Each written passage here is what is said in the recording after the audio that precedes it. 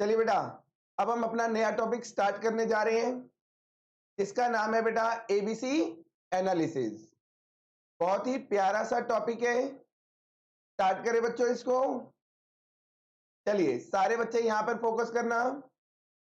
बेटा मैं बहुत ही सिंपल एग्जांपल के साथ आपको एबीसी का कॉन्सेप्ट सिखाने जा रहा हूं। तो बेटा सारे बच्चे यहां पर फोकस करेंगे।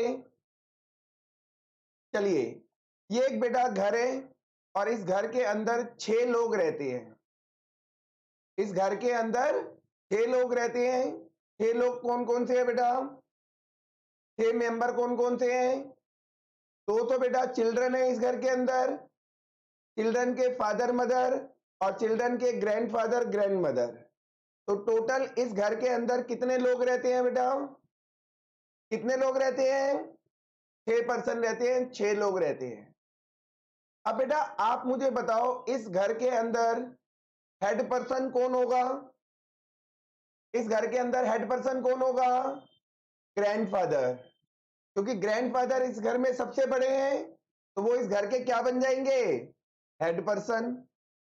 और आपको पता है बेटा, घर के सारा डिसीजन पावर, घर का सारा कंट्रोलिंग पावर किसके पास होता है?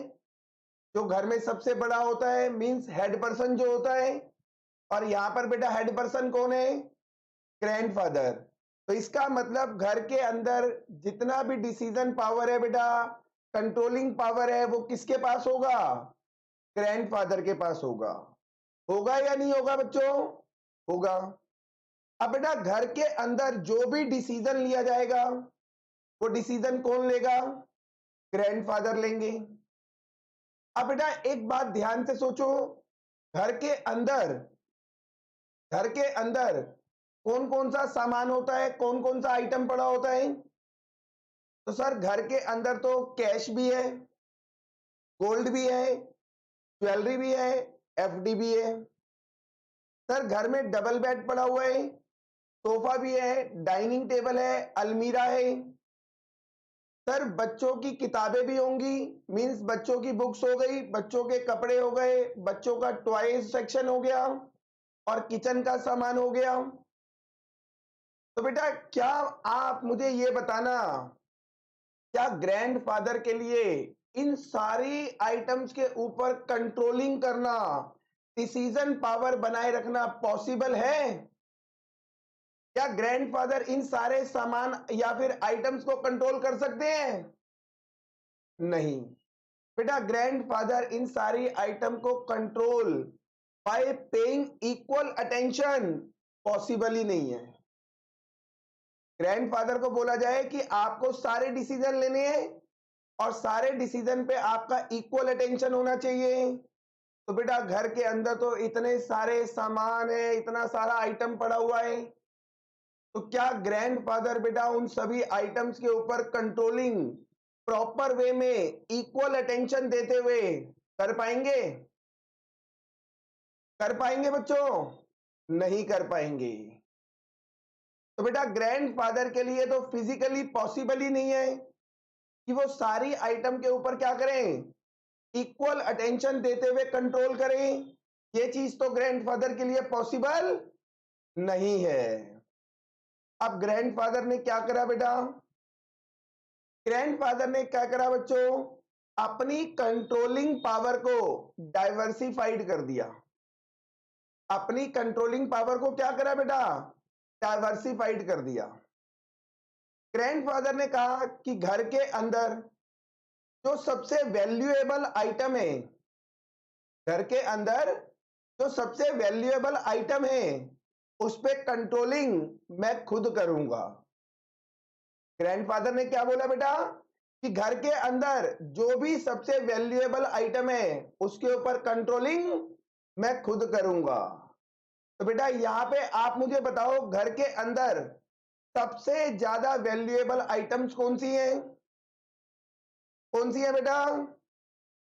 कैश, ज्वेलरी, गोल्ड, एफडी, ये सारा क्या है बेटा? सबसे ज्यादा वैल्यूएबल आइटम है। तो ग्रैंडफादर ने कहा ठीक है, इन सारी आइटम के ऊपर कंट्रोलिंग मैं खुद करूंगा। तो ग्रैंडफादर ने घर के अंदर वो आइटम जिसकी सबसे ज्यादा वैल्यू है उनकी कंट्रोलिंग अपने हाथ में रख ली, और बेटा जो इससे कम वैल्यूएबल वाली आइटम है, कैश, गोल्ड, ज्वेलरी, एफडी के बाद बेटा इससे जो लेस वैल्यूएबल आइटम है उसकी कंट्रोलिंग ग्रैंडफादर ने ट्रांसफर कर दी फादर को। मींस अपने बेटे को कि बोला ये सारी आइटम के ऊपर कंट्रोलिंग आप करोगे। अब बेटा आप मुझे बताओ कि कैश, गोल्ड, ज्वेलरी, एफडी के बाद इससे थोड़ा सा लेस वैल्यूएबल आइटम कौन सी होती है? कौन सी होगी बेटा? तो बेटा घर का double bed, furniture means sofa, dining table, अलमीरा, ये सब चीजें। तो बेटा इसकी कंट्रोलिंग और डिसीजन पावर ग्रैंडफादर ने ट्रांसफर कर दी अपने बेटे को। मींस जो छोटे छोटे घर में बच्चे हैं उनके फादर को। तो बेटा ग्रैंडफादर ने क्या करा? सबसे ज्यादा वैल्यूएबल वाली आइटम पे कंट्रोलिंग खुद रखी, और लेस इंपॉर्टेंस वाली जो लेस वैल्यूएबल वाली जो आइटम है उसकी कंट्रोलिंग अपने बेटे को ट्रांसफर कर दी। अब ग्रैंडफादर ने इसके बाद क्या करा? ग्रैंडफादर ने देखा कि घर के अंदर जो सबसे लेस वैल्यूएबल आइटम है वो कौन कौन सी है? कौन सी है बेटा? तो बेटा बच्चों के कपड़े हो गए, उनके टॉयज हो गए, उनकी बुक्स हो गई, किचन का सामान हो गया। तो इन सबका decision power, controlling power grandfather ने बेटा ट्रांसफर कर दिया किसको? अपनी डॉटर इन लॉ को, यानी अपनी बहू को ट्रांसफर कर दिया कि आप बेटा क्या करोगे? बच्चों से रिलेटेड जो भी सामान है, उनके कपड़े, उनकी किताबें, उनके खिलौने, साथ साथ किचन से रिलेटेड जो भी सामान है उनका डिसीजन कंट्रोलिंग किसके हाथ में दे दिया ग्रैंडफादर ने? अपनी बहू के हाथ में दे दिया, डॉटर इन लॉ के हाथ में दे दिया। तो बेटा ऐसा करने से क्या होगा बेटा?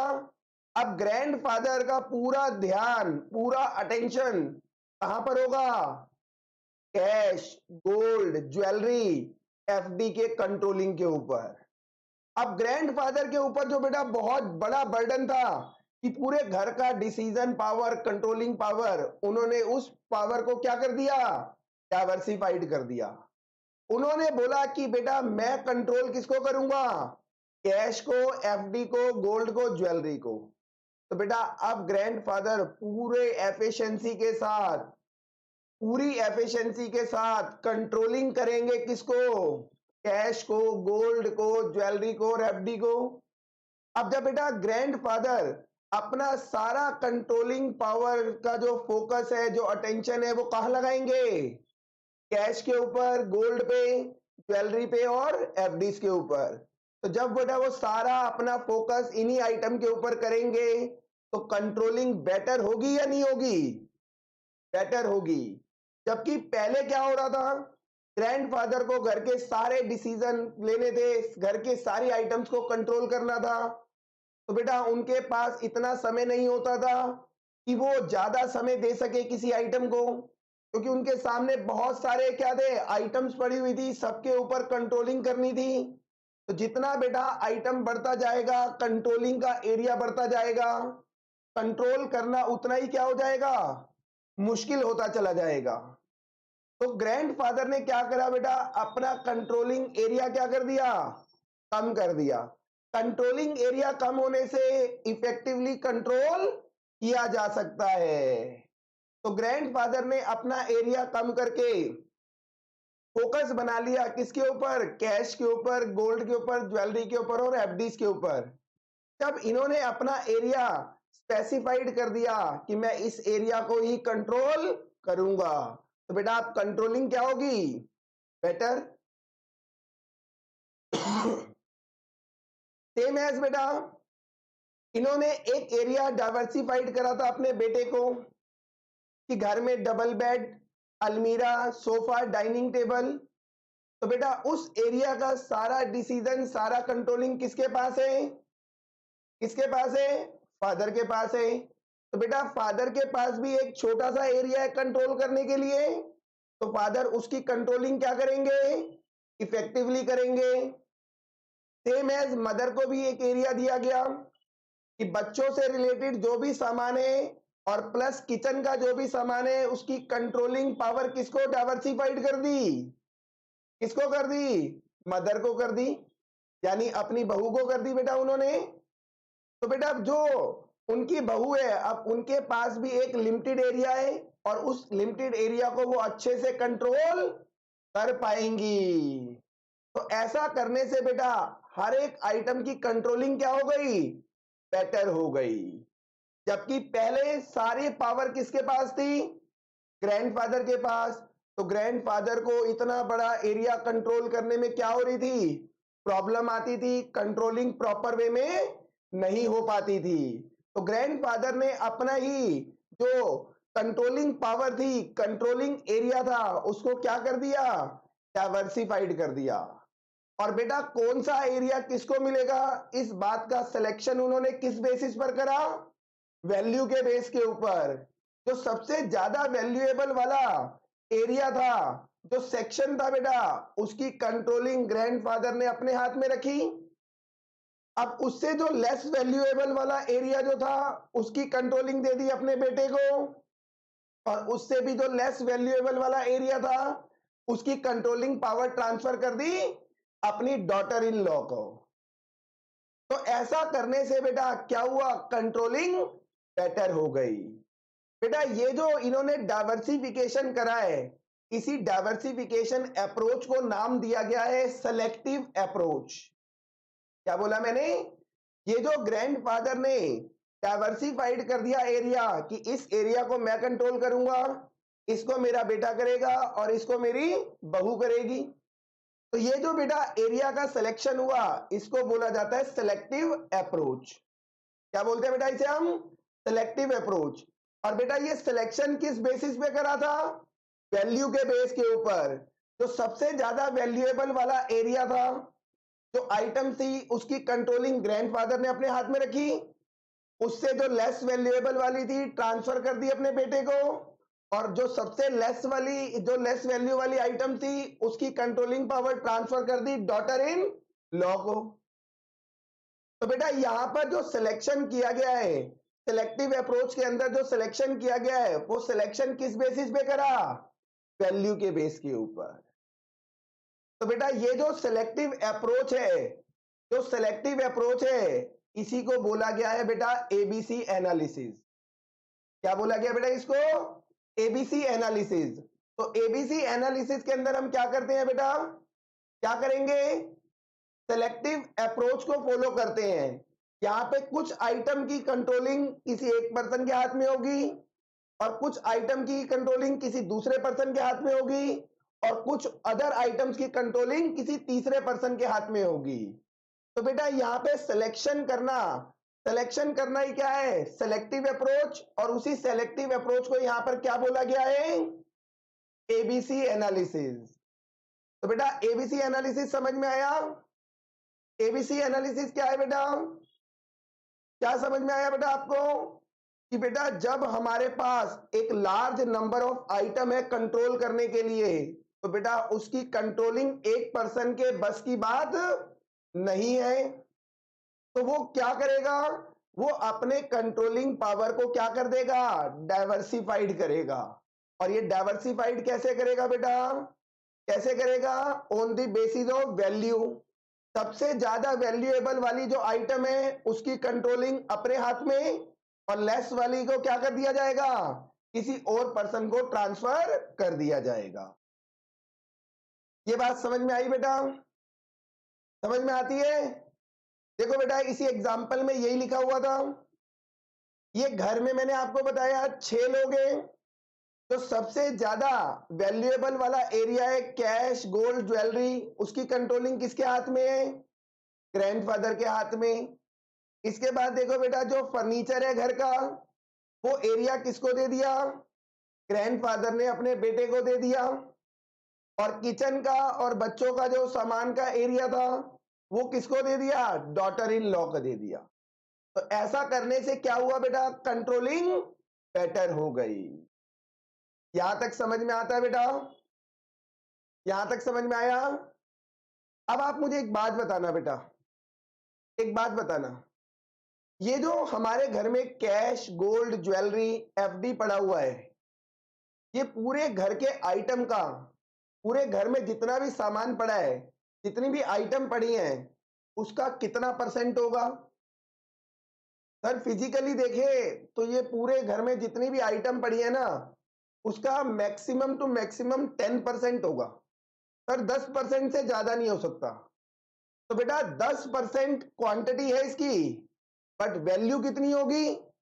सर घर में जितनी भी आइटम पड़ी है ना, घर में जितनी भी आइटम पड़ी है, सर उसका 70% वैल्यू गोल्ड, ज्वेलरी, एफडी और कैश का होता है।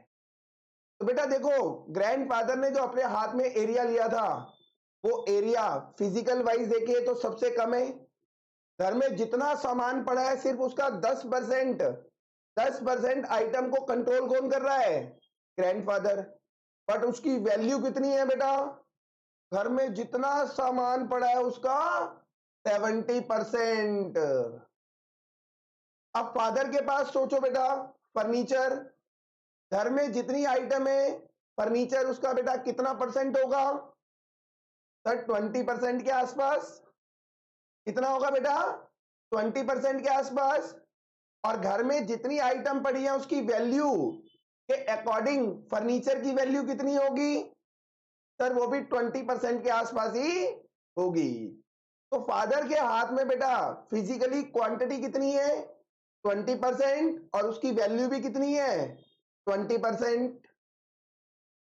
बट बेटा मदर के हाथ में, अगर मदर के हाथ में देखें तो बेटा घर के जितना भी आइटम है उसका 70% कंट्रोलिंग किसके पास है?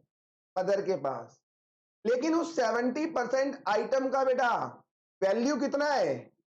तो घर में जो बच्चों के टॉयज पड़े हैं, उनके उनके कपड़े हो गए, खिलौने हो गए, उनकी बुक्स हो गई, किचन का आइटम हो गया, सर ये घर में जितना भी आइटम है ना, उन सब की वैल्यू का सिर्फ 10% होगा।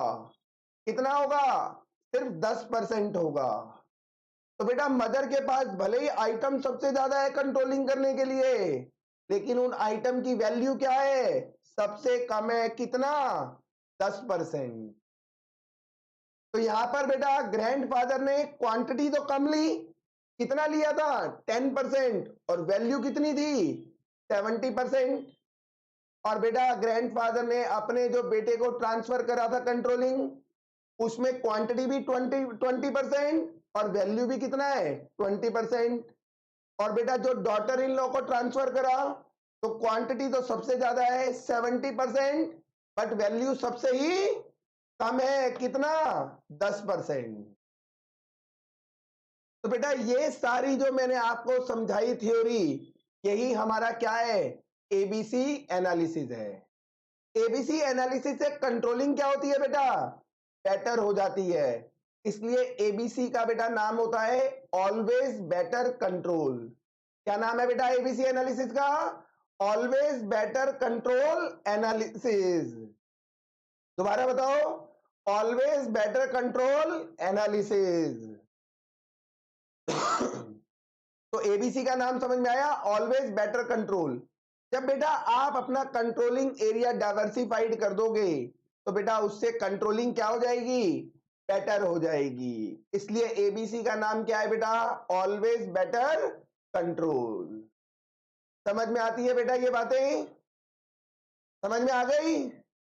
चलिए यही चीज बेटा कंपनी के अंदर अप्लाई कर दो।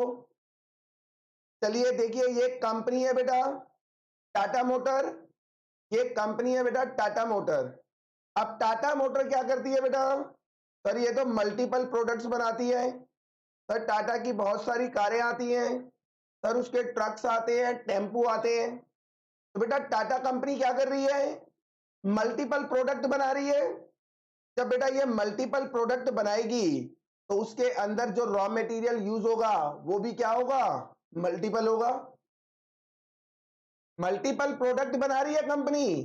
तो बेटा एक ही प्रोडक्ट के अंदर अगर मैं बात करूं, ये जो हमारी टाटा कंपनी कार बना रही है बेटा, और कार भी देखो कितने टाइप्स की बना रही है, सर 5 टाइप की कार है इसके पास अभी। तो बेटा हर एक कार के अंदर कितने टाइप का रॉ मटेरियल है, ऐसे ही 5 कारों का रॉ मटेरियल कितना हो जाएगा। फिर ये ट्रक भी बना रही है, टेम्पूस भी बनाती है, तो बेटा ट्रक और टेम्पूस के भी रॉ मटेरियल। तो इसके पास क्या होगा, एक large number of raw material होगा। अब बेटा इतने large number of raw material को क्या मैनेजमेंट मैनेजमेंट इक्वल अटेंशन देते हुए कंट्रोल कर सकता है? बताइए बेटा। नहीं सर, मैनेजमेंट के लिए पॉसिबल नहीं है। जैसे बेटा अभी बताया था, घर के अंदर क्या थे, लार्ज नंबर ऑफ आइटम थे, तो ग्रैंडफादर के लिए फिजिकली पॉसिबल नहीं था कि वो इतने लार्ज नंबर ऑफ यूनिट के लिए या आइटम के लिए क्या करें, कंट्रोलिंग कर pi by paying equal attention. क्या ग्रैंडफादर के लिए पॉसिबल था इक्वल अटेंशन देते हुए घर की सारी आइटम को, means large number of item को कंट्रोल कर पाए? नहीं। सेम केस बेटा कंपनी के मैनेजमेंट के साथ। अगर कंपनी मल्टीपल प्रोडक्ट बना रही है, तो बेटा हर एक प्रोडक्ट के मल्टीपल रॉ मटेरियल्स हैं, तो कंपनी के पास एक large number of raw material आ जाएगा, और उस large number of raw material को कंट्रोल करना बाय पेइंग इक्वल अटेंशन, ये मैनेजमेंट के लिए फिजिकल पॉसिबल नहीं होगा। मैनेजमेंट के लिए फिजिकल पॉसिबल नहीं होगा। तो मैनेजमेंट यहां पे क्या करेगी बच्चों, जब मैनेजमेंट को पता लग गया कि मेरे लिए ये पॉसिबल ही नहीं है कि मैं इतने लार्ज नंबर ऑफ आइटम को इक्वल अटेंशन देते हुए कंट्रोल नहीं कर पाऊंगी, मैनेजमेंट को ये बात पता लग गई, तो मैनेजमेंट क्या करेगा बेटा, अब मैनेजमेंट अपने कंट्रोलिंग पावर को क्या करेगा, डाइवर्सिफाइड कर देगा। अब ये डाइवर्सिफाइड करा, तो ये बेटा डाइवर्सिफिकेशन मींस सिलेक्शन कैसे होगा कि कौन सी इन्वेंट्री को, कौन से रॉ मटेरियल को कौन कंट्रोल करेगा। ये सिलेक्शन डाइवर्सिफिकेशन कैसे होगा बेटा, on the basis of value. अरे नलायको याद करो, अभी बताया था ना ग्रैंडफादर ने जब हमारा डाइवर्सिफिकेशन करा था अपनी कंट्रोलिंग पावर का, तो वो कैसे करा था, वैल्यू के बेस के ऊपर। सबसे ज्यादा वैल्यूएबल वाली आइटम ग्रैंडफादर ने अपने पास रखी थी, अपने कंट्रोलिंग एरिया में रखी थी, और उससे जो लेस वैल्यूएबल वाली थी ट्रांसफर करी थी अपने बेटे को, और सबसे लेस वैल्यूएबल वाली ट्रांसफर किसको करी थी, डॉटर इन लॉ को। तो बेटा ग्रैंडफादर ने जो सिलेक्शन करा था, डाइवर्सिफिकेशन करा था, वो किस बेसिस पे करा था, वैल्यू के बेस के ऊपर। तो बेटा कंपनी का मैनेजमेंट भी क्या करेगा, वैल्यू के बेस के ऊपर डाइवर्सिफिकेशन करेगा। तो बेटा यहां पर सिलेक्शन जो कर रहा है मैनेजमेंट कि उनको किन किन आइटम के ऊपर कंट्रोलिंग खुद के पास लेनी चाहिए, वो सिलेक्शन किस बेसिस के ऊपर होगा, वैल्यू के बेस के ऊपर होगा। तो यहां पर मैनेजमेंट क्या करेगी, वो सारा रॉ मटेरियल जिसकी वैल्यू सबसे ज्यादा है उनकी कंट्रोलिंग अपने हाथ में ले लेंगे, डायरेक्टर लोग अपने हाथ में ले लेंगे उसकी कंट्रोलिंग, और उसके बाद बेटा जो उससे लेस वैल्यूएबल वाला रॉ मटेरियल है उसका कंट्रोलिंग ट्रांसफर कर देंगे मैनेजर को, और बेटा सबसे ही लेस वैल्यूएबल वाली जो आइटम है उनकी कंट्रोलिंग ट्रांसफर कर दी जाएगी डिपार्टमेंट हेड को। तो बेटा यहां पर भी जो डायरेक्टर लोग हैं, जो मैनेजमेंट में बैठते हैं बेटा, बड़े बड़े लोग, डायरेक्टर साहब हमारे, उन्होंने क्या करा, अपनी कंट्रोलिंग पावर को डाइवर्सिफाइड कर दिया on the basis of selective approach. और सेलेक्टिव अप्रोच के अंदर बेस क्या था बेटा, वैल्यू के बेस के ऊपर उन्होंने डाइवर्सिफाइड करा कि ये वाला एरिया हम खुद कंट्रोल करेंगे, ये वाला मैनेजर करेगा, और ये वाला सेक्शन डिपार्टमेंट हेड करेगा। तो बेटा ये जो डाइवर्सिफिकेशन हुआ, ये जो सिलेक्शन करा हमारे डायरेक्टर साहब ने, वो किस बेसिस पे करा, वैल्यू के बेस के ऊपर। तो बेटा ऐसा करने से अब क्या होगा, डायरेक्टर का अटेंशन कहां होगा? सबसे ज्यादा वैल्यूएबल वाली आइटम के ऊपर। तो डायरेक्टर सारा ध्यान, जब सारा focus more important, more valuable वाली आइटम पे करेंगे, तो बेटा कंट्रोलिंग की एफिशिएंसी क्या होगी? बढ़ जाएगी। सेम एज सेम एज बेटा मैनेजमेंट के अंदर जो मैनेजर है, मैनेजर को भी एक एरिया दिया गया है। भले ही वो डायरेक्टर के पास जो आइटम्स है उससे लेस वैल्यूएबल वाली आइटम है, लेकिन मैनेजर को भी एक एरिया दे दिया कि आप इन आइटम का क्या करो? कंट्रोलिंग करो। अब मैनेजमेंट के अंदर वो जो मैनेजर लोग बैठे हैं बेटा, वो मैनेजर फोकस करेंगे किसके ऊपर? जो उनको एरिया दिया गया है, जो आइटम ऑफ रॉ मटेरियल दिया गया उनकी कंट्रोलिंग के ऊपर। तो बेटा उनकी भी एफिशिएंसी लेवल क्या होगी? हाई होगी। और सेम एज ऐसी डिपार्टमेंट हेड को जो एरिया मिला है बेटा, वो सिर्फ अपने ही आइटम्स के ऊपर ही क्या करेगा? फोकस करेगा। और उस फोकस से उसका भी क्या होगा बेटा? एफिशिएंसी लेवल हाई होगा। तो कंपनी की कंट्रोलिंग क्या हो जाएगी बेटा? बेटर हो जाएगी। तो कंपनी के डायरेक्टर ने क्या करा बेटा? Selective approach, that is ABC analysis का एप्लीकेशन करा। और एबीसी एनालिसिस के अंदर क्या होता है? सिलेक्टिव अप्रोच है, कुछ एरिया का सिलेक्शन किया जाता है, और वो सिलेक्शन होता है बेटा on the basis of value. Higher value वाला एरिया डायरेक्टर साहब अपने पास रखते हैं, लेस वैल्यूएबल वाली जो आइटम्स है रॉ मटेरियल, उसको ट्रांसफर कर दिया मैनेजर को, और जो सबसे ही लेस वैल्यूएबल वाला रॉ मटेरियल है उसकी कंट्रोलिंग ट्रांसफर कर दी डिपार्टमेंट हेड को। तो ऐसा करने से बेटा डायरेक्टर ने अपनी कंट्रोलिंग पावर का क्या कर दिया? डाइवर्सिफिकेशन कर दिया। ये जो डाइवर्सिफिकेशन हुआ, यही क्या है बेटा? हमारा एबीसी एनालिसिस है। ये बात समझ में आई बेटा? क्या समझ में आया? फटाफट कंक्लूजन बताओ मुझे कि कंपनी के अंदर क्या होते हैं बेटा? मल्टीपल्स रॉ मटेरियल होते हैं, एक large number of raw material होगा। अब इस large number of raw material को कंट्रोल करना, वो भी bye paying equal attention, management के लिए, डायरेक्टर के लिए पॉसिबल नहीं है। तो डायरेक्टर क्या करता है? अपनी कंट्रोलिंग पावर को डाइवर्सिफाइड करेगा। इस डाइवर्सिफिकेशन के अंदर वो एरिया का सिलेक्शन करता है कि कौन से एरिया की कंट्रोलिंग डायरेक्टर साहब खुद करेंगे, और कौन से एरिया की कंट्रोलिंग मैनेजर को दी जाएगी, और कौन से एरिया आइटम्स की कंट्रोलिंग डिपार्टमेंट हेड को दी जाएगी। ये जो बेटा सिलेक्शन है, ये सिलेक्शन किस बेसिस पे करते हैं वो लोग? वैल्यू के बेस के ऊपर।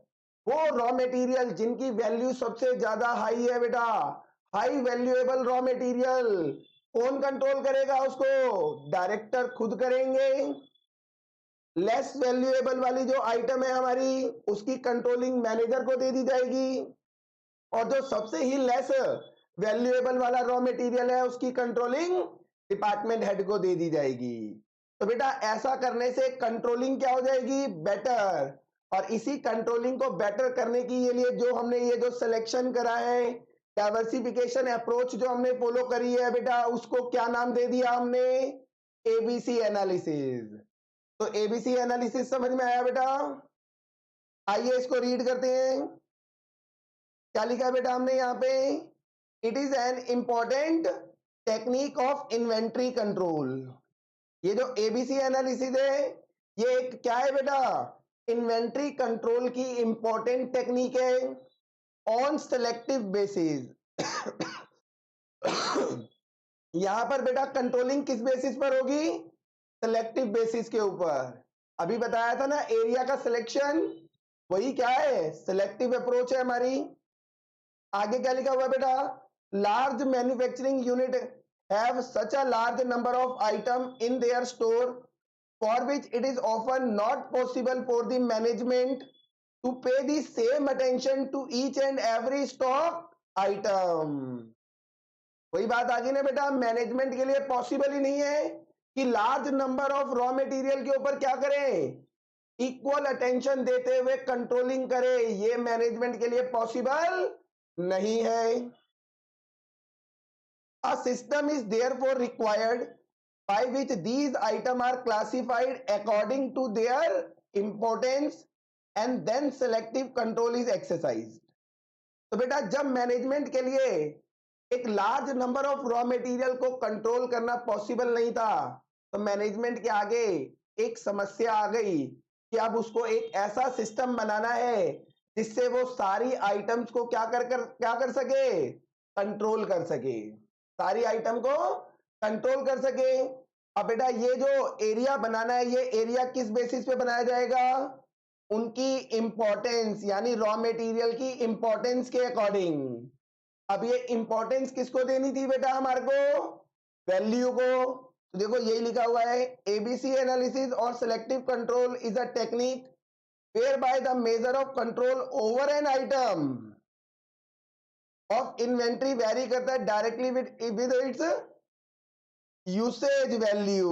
यूसेज वैल्यू लो बेटा, आ गई वही बात कि एबीसी एनालिसिस बोल दो या सिलेक्टिव कंट्रोल बोल दो, ये एक ऐसी टेक्निक है जिसके अंदर बेटा किसी भी आइटम का कंट्रोल डिपेंड करता है उसकी वैल्यू के अकॉर्डिंग।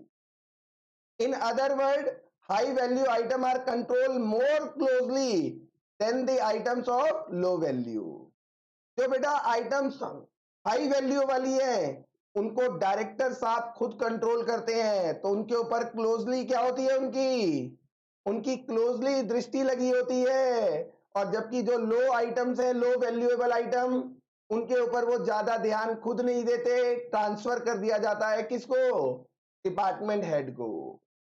तो बेटा एबीसी एनालिसिस की ये थ्योरी जो मैंने आपको समझाई, क्या आपको ये समझ में आती है? चलिए वेरी गुड। देखिए अभी मैंने आपको बताया था बेटा कि घर के अंदर जो हमारे ग्रैंडफादर हैं उन्होंने कंट्रोलिंग करा था किसको, कैश को, गोल्ड को, ज्वेलरी को, एफडीज को। ये घर में जितनी भी आइटम पड़ी है उनका कितना परसेंट था, 10%। तो देखो बेटा यहाँ पे ये नंबर ऑफ आइटम का हमने परसेंटेज निकाला कि घर में जितनी भी आइटम पड़ी है उनके अंदर ग्रैंडफादर कितनी परसेंट आइटम को कंट्रोल कर रहे हैं, 10%। और मैंने बताया था बेटा घर में जितनी भी आइटम पड़ी हैं उन सबकी वैल्यू में कैश, गोल्ड, ज्वेलरी, एफडी की वैल्यू क्या होती है सर, 70% होगी, 70%। तो देखो बेटा यहां पर हमने ले लिया percentage of value. Same as बेटा कंपनी के केस में जब डायरेक्टर साहब ने अपने हाथ में हाईली वैल्यूएबल वाले रॉ मटेरियल को लिया था, तो बेटा आप मुझे बताओ कंपनी के अंदर जो हाईली वैल्यूएबल वाला रॉ मटेरियल है उसकी क्वांटिटी ज्यादा होती है या कम होती है, सर कम होगी। क्यों कम होगी, अगर बेटा आपने हाईली वैल्यूएबल वाला रॉ मटेरियल लार्ज क्वांटिटी में खरीद लिया, लार्ज क्वांटिटी में खरीद लिया, तो बेटा आपका रॉ मटेरियल के अंदर इन्वेस्टमेंट बहुत बहुत बड़ा अमाउंट का हो जाएगा। और हो सकता है इतना बड़ा अमाउंट कंपनी के पास सप्लायर को पेमेंट करने के लिए ना हो। आप सोच के देखो बेटा, highly valuable raw material, highly valuable raw material की अगर आप ज्यादा क्वांटिटी खरीदोगे तो परचेज कॉस्ट का अमाउंट बड़ा आएगा और उस अमाउंट को पे करने के लिए हो सकता है कंपनी के पास सफिशिएंट कैश ना हो।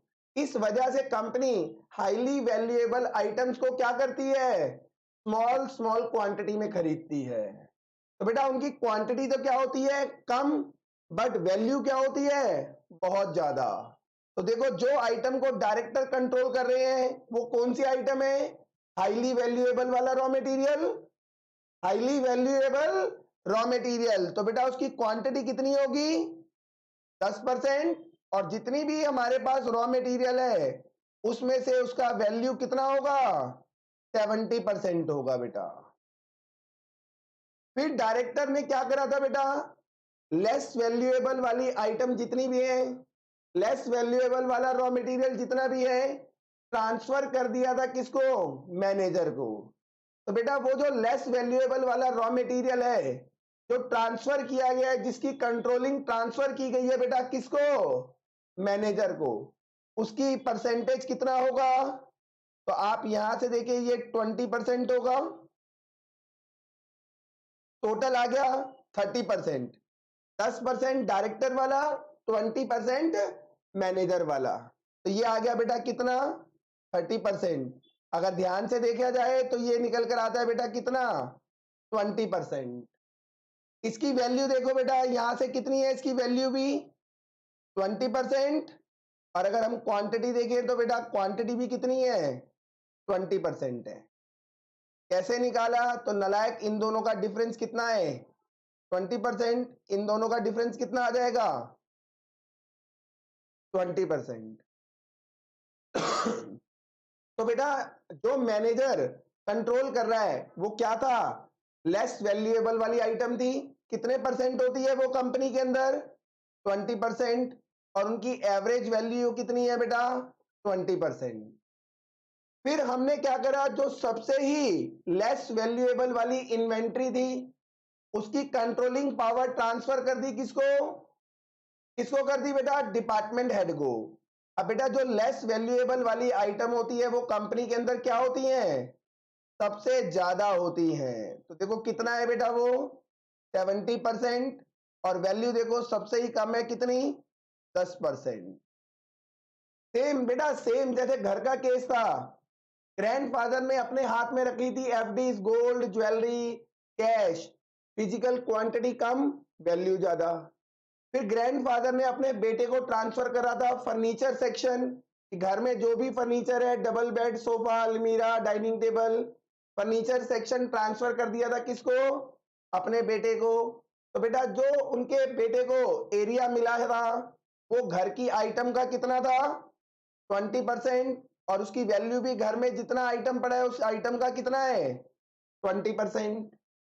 और सबसे बड़ा एरिया कंट्रोलिंग का ट्रांसफर कर दिया था ग्रैंडफादर ने अपनी डॉटर इन लॉ को। उसमें बेटा चिल्ड्रन का सेक्शन था, किचन का सेक्शन था और घर के अदर सेक्शन थे। तो बेटा वहां पर एरिया तो सबसे बड़ा था, मींस आइटम सबसे ज्यादा थी, बट वैल्यू क्या थी सबसे कम थी।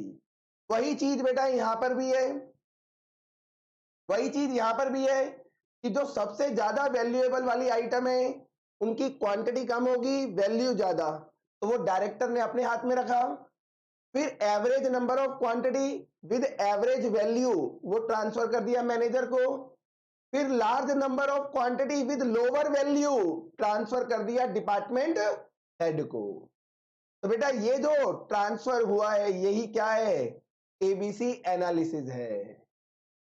तो एबीसी एनालिसिस के अंदर क्या होता है बेटा, डायरेक्टर के लिए पॉसिबल ही नहीं है कि वो large number of raw material को इक्वल अटेंशन देते हुए कंट्रोल कर सके, ये डायरेक्टर के लिए पॉसिबल नहीं था। तो डायरेक्टर ने अपनी कंट्रोलिंग पावर का क्या करा डाइवर्सिफिकेशन। वो डाइवर्सिफिकेशन किस बेसिस के ऊपर किया गया, वैल्यू के बेस के ऊपर। बेटा ये जो डाइवर्सिफिकेशन हुआ वैल्यू के बेस के ऊपर कि कौन सा एरिया कौन कंट्रोल करेगा, ये सारा सिलेक्शन हुआ था वैल्यू के बेस के ऊपर। ये सारा काम करना ही क्या है बेटा एबीसी एनालिसिस है। तो एबीसी एनालिसिस समझ में आया बेटा। आगे देखिए कह रहा है this figure shows ABC analysis of inventory class A. Class ए कौन सा होगा बेटा, तो कह रहा है class A is made up of item through few in number contribute a high proportion of the value of inventory। बेटा जो डायरेक्टर साहब कंट्रोल कर रहे हैं जिस एरिया को, जिस सेक्शन को, उसको नाम दे दिया क्लास ए का। डायरेक्टर साहब बेटा जोन सा एरिया का सिलेक्शन, जो सिलेक्टिव एरिया उनका जो कंट्रोलिंग एरिया है उसको क्या नाम दे दिया क्लास ए का। अब बेटा डायरेक्टर के पास क्या था, few number of item with highly valuable, वही तो लिखा है बेटा देखो यहां पर few number of item है और वो कंट्रीब्यूट कर रहा है high proportion of the value of inventory.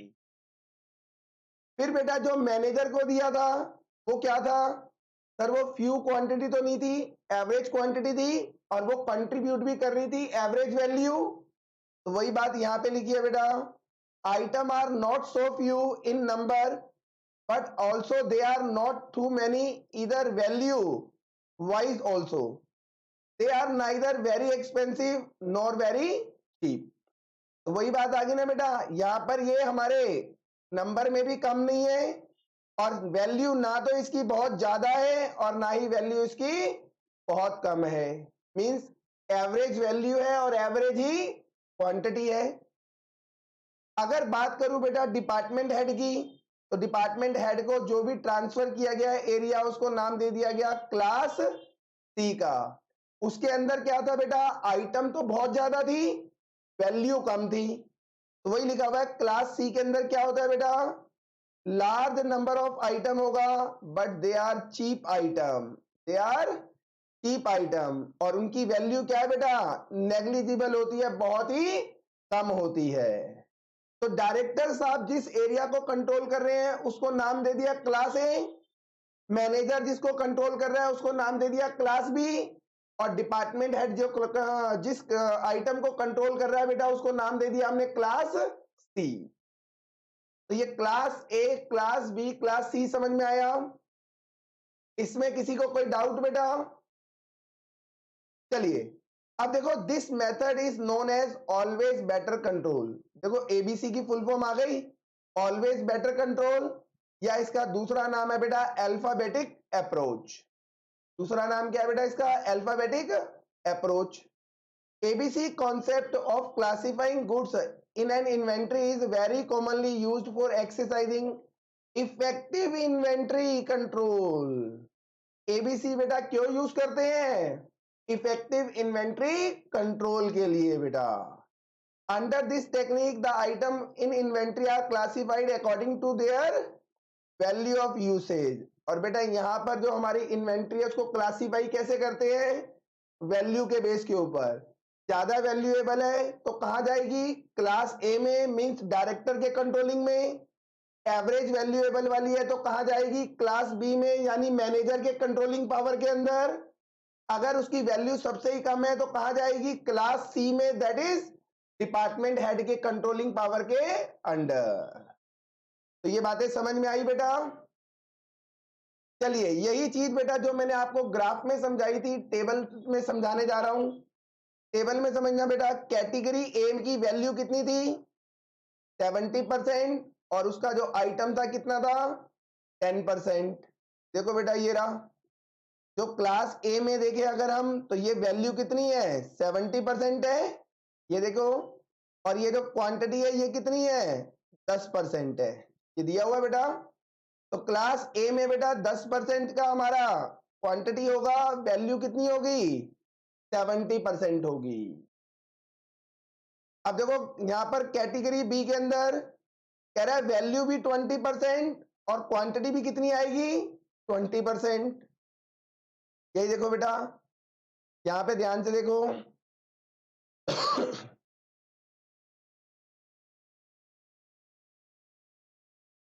देखो ये 10 है और ये हो गया 30%, तो मींस ये कितना बढ़ा बेटा, 20%। तो देखो आइटम कितनी बढ़ रही है, 20%। अगर यहां से वैल्यू देखूं तो वैल्यू भी कितनी बढ़ रही है, 20%। तो बेटा जो हमारा क्लास बी है उसके अंदर इन्वेंट्री का आइटम भी 20% होगा और उसकी वैल्यू भी कितनी होगी, 20% होगी। अब देखो क्लास सी में बेटा, क्लास सी में आइटम देखो यहां से यहां तक कितना आ रहा है, 70%, बट वैल्यू देखो 90 से 100 कितना, 10%। तो वैल्यू 10% है और क्वांटिटी 70%। यही बात बेटा यहां पर मैंने लिखी है, ये कितना है, 10% और ये कितना है, 70%। यहां तक कोई डाउट बेटा, कोई डाउट बेटा किसी को? तो बेटा एबीसी एनालिसिस समझ में आया। अगर मैं इसको 2 मिनट में कंक्लूड कर दूं, 2 मिनट में कंक्लूड कर दूं बेटा इसे, तो चलिए बेटा, मैनेजमेंट मींस डायरेक्टर के पास बेटा, डायरेक्टर के पास एक large number of raw material है और डायरेक्टर को इक्वल अटेंशन देते हुए हर एक इन्वेंट्री को कंट्रोल करना है। क्या बेटा ये कंट्रोलिंग डायरेक्टर के लिए पॉसिबल है? नहीं। अब डायरेक्टर को पता है इतना large number of raw material को वो कंट्रोल नहीं कर सकता, तो बेटा वो क्या करेगा, अपनी कंट्रोलिंग पावर डाइवर्सिफाइड करेगा। अब ये बेटा डाइवर्सिफिकेशन कैसे किया जाएगा कि कौन से एरिया का कंट्रोलिंग किसके पास होगा, ये सिलेक्शन कैसे होगा, on the basis of value. किसके बेस के ऊपर होगा बेटा? On the basis of value. तो बेटा वैल्यू के बेस के ऊपर डायरेक्टर क्या करते हैं? अपनी कंट्रोलिंग पावर को डाइवर्सिफाइड करेंगे। डायरेक्टर साहब अपने पास कौन सी आइटम रखेंगे जो सबसे ज्यादा वैल्यूएबल हो, और बेटा आपको पता है जो सबसे ज्यादा वैल्यूएबल होती है उनका नंबर ऑफ आइटम क्या होता है? सबसे कम होता है। तो अगर हम क्वांटिटी वाइज देखें तो सबसे कम होगा, वैल्यू वाइज सबसे ज्यादा। तो बेटा ये जो एरिया है इसकी कंट्रोलिंग कौन करता है? कौन करेगा? डायरेक्टर साहब करेंगे, और इसको नाम दिया गया बेटा क्लास ए का। फिर डायरेक्टर से लेस वैल्यूएबल वाली जो आइटम है उनकी कंट्रोलिंग ट्रांसफर कर दी गई किसको? मैनेजर को। तो बेटा मैनेजर के पास एवरेज वैल्यू आई और साथ साथ एवरेज ही क्या आएगी? क्वांटिटी। और बेटा मैनेजर को जो आइटम्स को इन्वेंट्री को कंट्रोल करना होता है उसे क्या बोलते हैं हम? Class B. क्या बोलेंगे? Class B. उसके बाद बेटा डिपार्टमेंट हेड को सबसे ज्यादा क्वांटिटी दी जाती है बट वैल्यू सबसे ही कम होती है, तो उनको जो बेटा जो एरिया जो मिला है सिलेक्शन बेसिस के ऊपर उसको क्या नाम दिया गया? क्लास सी का बेटा। तो क्लास ए में टॉप लेवल मैनेजमेंट करता है कंट्रोलिंग, क्लास बी की कंट्रोलिंग कौन करेगा बेटा? मिडल लेवल मैनेजमेंट, और क्लास सी की कंट्रोलिंग लोअर लेवल मैनेजमेंट। ये बात समझ में आती है बेटा? अब देखो बेटा जब टॉप लेवल मैनेजमेंट यानी डायरेक्टर साहब कंट्रोलिंग करेंगे तो बेटा सबसे अच्छी कंट्रोलिंग करनी किसको आती है? डायरेक्टर को। तो बेटा वो क्या क्या करते हैं? तो वो सबसे ज्यादा स्ट्रिक्ट कंट्रोल करते हैं, और बेटा करना भी चाहिए क्योंकि सबसे ज्यादा वैल्यूएबल वाला आइटम किसके पास है? डायरेक्टर के पास। तो बेटा सबसे हाईली वैल्यूएबल वाली इन्वेंट्री की कंट्रोलिंग क्या होनी चाहिए? सबसे बेटर होनी चाहिए, यानी स्ट्रिक्ट से स्ट्रिक्ट कंट्रोलिंग होनी चाहिए। ये बात समझ में आती है? अब बेटा ये स्ट्रिक्ट कंट्रोलिंग कैसे होगी? तो वो कंट्रोलिंग करने के लिए बेटा बजट को यूज करते हैं, रेशियो एनालिसिस, स्टॉक के लेवल वो मिनिमम मैक्सिमम एवरेज स्टॉक, या फिर वो क्या करेंगे? ईओक्यू पॉलिसी यूज करेंगे बेटा। अब देखो जो हमारा मैनेजर लोग है बेटा वो भी कंट्रोलिंग अच्छी करते हैं, लेकिन डायरेक्टर लेवल के हिसाब से थोड़ी सी क्या होती है उनसे? डायरेक्टर से थोड़ी सी क्या होगी? कम लेवल के ऊपर होती है। तो यहां पर भी बेटा जो कंट्रोलिंग है वो क्या होगा? स्ट्रिक्ट तो है लेकिन उतनी नहीं है जितना हमारी ऊपर वाली के ऊपर थी। अब बेटा सी वाला जो है डिपार्टमेंट हेड, उसके ऊपर वो जो आइटम दी गई है वो कंट्रोलिंग क्या करता है? सर उसकी जो कंट्रोलिंग है वो डायरेक्टर और मैनेजर से भी क्या होती है? लोअर लेवल पे होती है, तो यानी वहां पे कंट्रोल क्या है? लिटिल है। अब बेटा उसको क्यों दिया गया ये सारा आइटम? ताकि डायरेक्टर और मैनेजर का टाइम बच सके और हमारा कम कॉस्ट के अंदर बेटर कंट्रोलिंग हो सके। तो यहां पर फोकस किस पर होता है बेटा? कॉस्ट सेविंग के ऊपर होता है, कॉस्ट सेविंग के ऊपर। तो ये बातें सारी समझ में आती है बेटा आपको? चलिए चलिए बेटा अब हम एक क्वेश्चन कर रहे हैं बेटा जो रिसेंटली अभी एग्जाम में आया। वो क्वेश्चन ये था बेटा, MM Limited has provided the following information about the item in its inventory। अब देखो उसके पास इन्वेंट्री है, यहां पर उसने उसको नंबर दिया हुआ है 101, 102, 103, 4, 5, 6। अब बेटा उसकी कितनी कितनी यूनिट है? मींस कंपनी के पास जो इन्वेंट्री नंबर 101 है उसकी 25 यूनिट है, और पर यूनिट कॉस्ट कितनी है बेटा? 50 रुपए। ऐसी 102 का देखिए तो 300 यूनिट है, वैल्यू है 1 रुपी। 103 का 50 आइटम है और उसकी कॉस्ट पर यूनिट कितना है? 80। 104 का 75 यूनिट है, कॉस्ट है 8 रुपए पर यूनिट। 105 का 225 यूनिट है और कॉस्ट पर यूनिट है 2 रुपीज। 106 का 75 यूनिट है और कॉस्ट कितना है बेटा 12 रुपीज है। यहाँ कॉस्ट कितनी है बेटा 12 रुपीज है। Limited has adopted the policy of classifying the item constituting 50% or more या above of total inventory cost as a category। Limited ने क्या बताया बेटा कि जितनी भी ये इन्वेंट्री है, मान लो बेटा ये 101 है, इसकी जो हम टोटल कॉस्ट निकालेंगे, अगर वो टोटल कॉस्ट का परसेंटेज, ध्यान से सुनना बेटा, ये पीछे वाले बच्चे जो बातें कर रहे हैं ध्यान से सुनेंगे। क्वेश्चन कह रहा है कि बेटा ये जो हमारे पास आइटम है, मान लो 101, इसकी 25 यूनिट है हमारे पास और पर यूनिट की कॉस्ट है 50 रुपए। तो यहां से हमने इसकी टोटल कॉस्ट निकाली होगी 25 इंटू 50। अगर इसका टोटल कॉस्ट, इसकी जो बेटा हमारा इन्वेंट्री कोड नंबर 101 है, इसकी जो कॉस्ट है, अगर वो टोटल कॉस्ट का 15% या उससे ज्यादा आ जाता है तो बेटा इसको हम ट्रांसफर कर देंगे कैटेगरी ए के अंदर। ध्यान से सुनना बच्चों, बहुत बढ़िया क्वेश्चन है।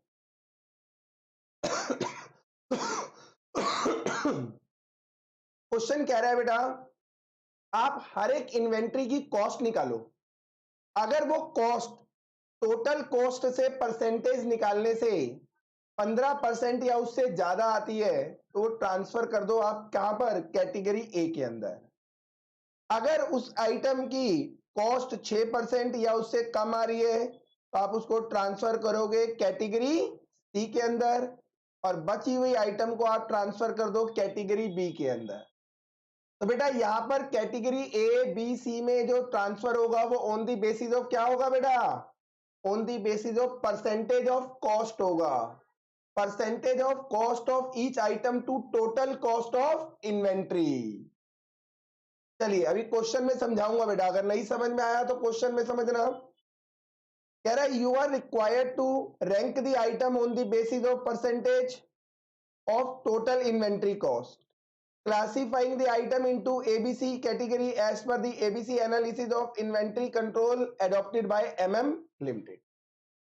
तो बेटा हमने क्या करा, हमने सबसे पहले यहां पर आइटम रखी हमारे पास आइटम कौन कौन सी है, मटेरियल नंबर 101, 102, 103, 104, 105, 106, उनकी यूनिट्स तो क्वेश्चन में दी हुई थी वो ले ली हमने, साथ साथ उनका यूनिट कॉस्ट जो दिया हुआ है, कॉस्ट पर यूनिट हमने वो ले लिया।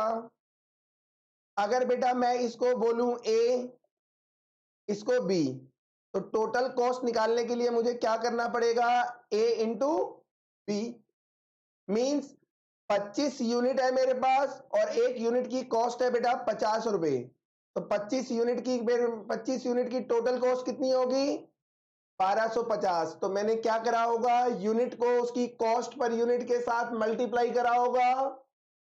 सेम काम यहां पे करा होगा, 300 यूनिट है, कॉस्ट पर यूनिट 1 रुपी, तो टोटल कॉस्ट कितनी है हमारी, total cost of material sorry, total cost of material 102 कितना है बेटा हमारा 300, ये आ गया। ऐसे ही बेटा हमने सबका निकाला और हमने टोटल निकाल लिया, कितना आ गया 7500। अब बेटा हमने परसेंटेज निकाला, ये परसेंटेज कैसे निकाला, तो बेटा हमने इस 1250 रुपए को डिवाइड करा किससे, 7500 से इंटू 100। तो यहां से पता लग गया कि हमारा जो टोटल 7500 रुपीज का कॉस्ट है उसमें हमारा जो मटेरियल आइटम नंबर 101 है वो कितना परसेंट है, 16.67%। इसी तरह से बेटा हमने इसका निकाला, ये आ गया 4%, इसका भी निकाला, ये आ गया 53.33%, इसका 8%, इसका 6% और इसका 12%। अब क्वेश्चन खुद ही कह रहा था बेटा, क्वेश्चन ने खुद ही बताया था हमारे को कि बेटा आपको क्या करना है, सबसे पहले तो बेटा आपको रैंकिंग करनी है, यहां पर रैंक कर दो on the basis of percentage.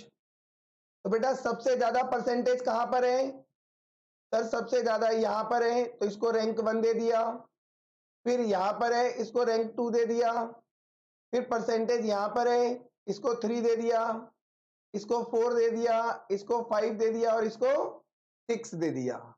तो यहां से हमने परसेंटेज के बेस के ऊपर रैंकिंग कर दी, जिसका हायर परसेंटेज है उसको रैंक 1, फिर उससे लोअर वाले परसेंटेज को रैंक 2, उससे लोअर वाले को रैंक 3 एंड सो ऑन कर दिया हमने।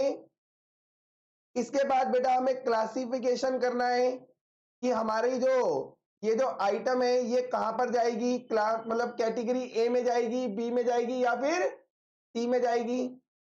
तो इसके लिए बेटा देखो क्वेश्चन ने कहा है आपको क्लासीफाई करो आइटम को इनटू एबीसी कैटेगरी, और क्लासिफिकेशन कैसे होगा।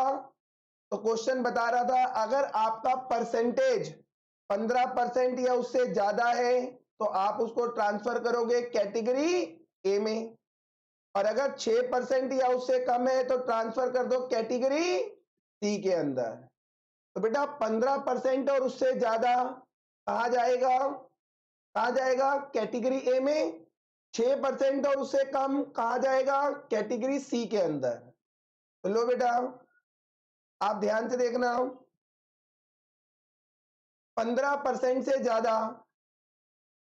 15% या उससे ज्यादा कहा जाएगा ए में। तो लो बेटा यहां पर ये ज्यादा है, ये भी 15% या उससे ज्यादा है तो कहां चला गया ए में। फिर वो कह रहा है 6% या उससे कम ट्रांसफर कर दो सी में। तो बेटा 6% या उससे कम ये चला गया सी में, 6% या उससे कम वो चला गया सी में। बाकी जो बच गए, बाकी जो बच गए बेटा ट्रांसफर कहाँ हो जाएंगे, बी के अंदर। लो बेटा ये भी हमने ट्रांसफर कर दिया। बेटा इस क्वेश्चन में कुछ भी नहीं होता एबीसी एनालिसिस के अंदर, बस आपको क्या होगा इन्वेंट्री का नंबर बता देगा, जैसे यहां पर दिया हुआ है इन्वेंट्री नंबर 101, 102, 103, आपको नंबर ऑफ यूनिट कंपनी के पास कितनी है वो बताएगा, और आपकी कॉस्ट पर यूनिट कितनी है वो बताएगा। तो आप बेटा यूनिट को कॉस्ट पर यूनिट से मल्टीप्लाई करके हर एक मटेरियल की, हर एक इन्वेंट्री की कॉस्ट कितनी है वो पता लगा लोगे। तो आपने क्या करा बेटा, कॉस्ट पता लगाई होगी यहां पर, ये टोटल कॉस्ट। अब इस टोटल कॉस्ट का आप निकालोगे परसेंटेज कि ये जो हमारे 101 की कॉस्ट है 1250 रुपए, ये टोटल कॉस्ट का कितने परसेंट है। आपने क्या करा, हर एक मटेरियल के लिए परसेंटेज निकाल लिया कि हर एक मटेरियल की कॉस्ट टोटल कॉस्ट का कितना परसेंट है, और इस परसेंटेज के बेस के ऊपर आपने क्या करा बेटा, रैंकिंग करा, और इसी परसेंटेज के बेस के ऊपर आपने क्लासिफाई करा कि ये आइटम ए में जाएगा, बी में जाएगा या कैटेगरी सी में जाएगा। अब ये ए में जाएगा, बी में या सी में, ये कैसे पता लगेगा। तो क्वेश्चन आपको खुद बता रहा है बेटा 15% या उससे ज्यादा है तो आप कैटेगरी ए में ट्रांसफर कर दो, 6% या उससे कम है तो कैटेगरी सी में ट्रांसफर कर दो, और बची हुई आइटम को कैटेगरी बी में ट्रांसफर कर दो। तो बेटा ये सारा काम करना ही क्या कहलाता है, एबीसी एनालिसिस कहलाता है। इसमें बेटा किसी को कोई डाउट है।